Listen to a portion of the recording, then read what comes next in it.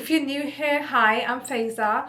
I basically do true crime stories on my channel, and today I thought, let me do something different. I was inspired by spooky season and Halloween just went by, and I was binge watching a lot of the OG horror films. And guess what film I watched?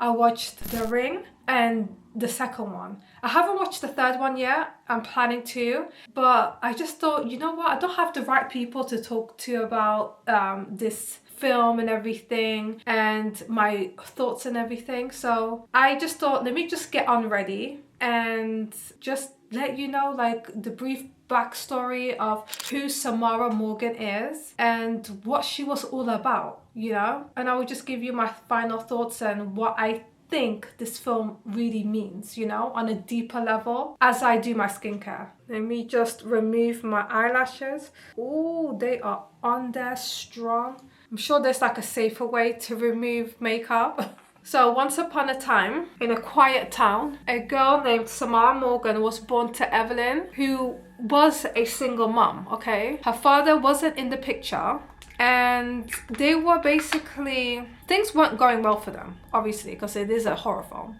And what was happening is Evelyn, the single mom, was dealing with a lot of mental health problems and mental health issues. And she noticed that Samara was quite gifted. She could communicate with animals, she has visions, she could see like into the future and everything. And her mom wasn't on board with it. Her mom wasn't supportive. So she became afraid of her own daughter, because Samara was quite withdrawn. She was quiet. She didn't really speak that much. She didn't interact with others. She was very introverted, which was fine. But as Samara grew up, her powers became more stronger, and her mom viewed her as a threat. As Samara grew older, her powers became more stronger, like I said, and her mother had no choice but to banish her in the family barn. And basically, Evelyn kicked Samara out of her home. So Samara was banished into a barn at the back side of the house, and there was a lot of land surrounding their home. And the townspeople became quite suspicious of Samara's abilities, and they decided that they thought that the family was cursed, and they just didn't like them, basically. So the mom really cared about what Samara was doing based on her abilities. She didn't want her to use her psychic abilities on others, and she considered her as a threat, which is quite sad. As you could imagine, the barn became a prison. Evelyn was visiting Samara less and less. As I told you before, Evelyn was dealing with a lot of mental health issues herself, and she didn't accept her daughter for who she is. And before you know it, Samara was isolated, depressed, sad, and she had no choice but to communicate with the animals. And she told them everything, like her hopes and dreams, her fears, her everything, She made those animals that were living in nearby their house their family, And she connected with them instead. As days turned into years, Samara became the forgotten child. Evelyn was visiting less and less, up until the point where she was like, you know what? I cannot control her any longer. I can't just mask this problem. So Evelyn decides to visit Samara for the last time, and she drowns her in a nearby lake next to the house. And it was just so sad. She just murdered her own daughter. And because of that, it unleashed a very bad spirit on the townspeople. People were dying. People were disappearing, and a curse was unleashed, and it's absolutely terrifying. After Samara's death, her spirit created a cursed videotape. Yep, it's the infamous videotape where she would whisper 7 days to whomever watches the tape, and they would die within a week's time. This curse spreaded like wildfire. One person after another was dying. People in the town that rejected her are one by one getting killed by her spirit. Her demeanor is what captured my attention.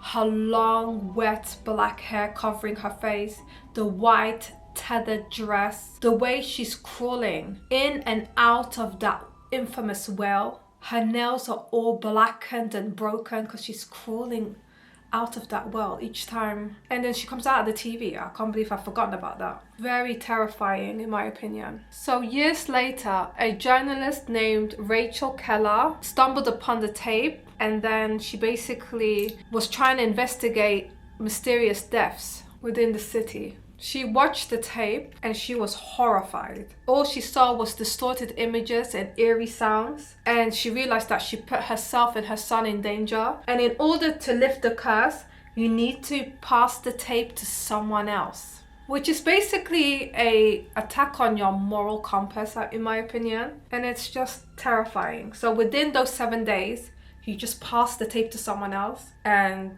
you're in the clear. So it's like a cycle of fear, you know? As she uncovered the heartbreaking story of a young girl that was abandoned and betrayed by her mom, she realized that Samara's story wasn't really about vengeance, but for a cry of help, you know? She was just seeking to be heard and understood, and so far she just tried to understand like what her problem really was. And it was just about a child that was abandoned, that had superpowers, and she didn't know what to do with it, and she wasn't accepted, and her life was just stolen from her, you know? So the investigation led to an isolated barn where Samara was kept, revealing just a tragic and an upsetting childhood. Rachel came face to face with Samara's spirit and she tried to set it free, but it's an ongoing curse, you know? However, she did manage to save herself and her son Aiden. However, he made a chilling remark saying that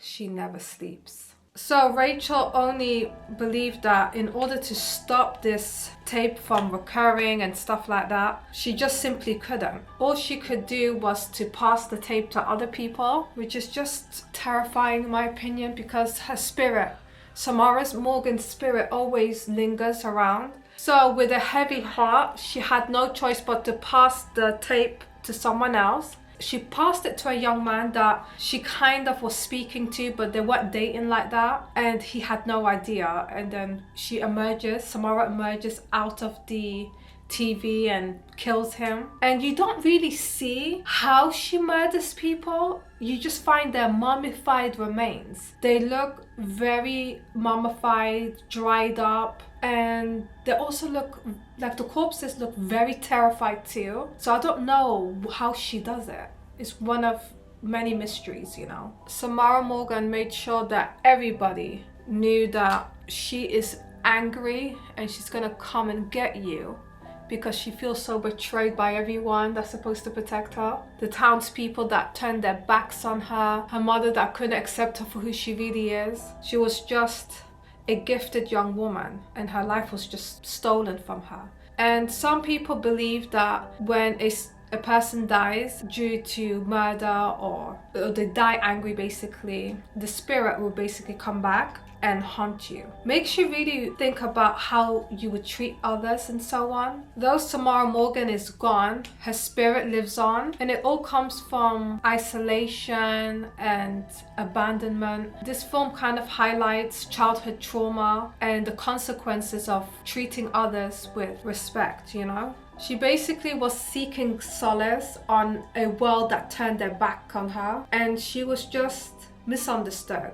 She never had a chance to explore her powers and so on. It's about a haunting story about a young girl that was never truly free, and her life was just taken from her by her own mother, someone that's supposed to love and protect her, you know? What do you guys think? Like, what kind of message are they trying to show us, tell us? What do you think this film is about? I'm looking at it in a more deeper place, you know? Was she evil, or was she a victim, or both? Do let me know in the comment section down below. I do want to know your opinions and thoughts. With that said, thank you so much for hanging out with me today, and hopefully I will continue doing these kind of series if you're interested. I'm gonna finish the rest of my skincare and I will see you guys in my next one. Take care now. Have a good night.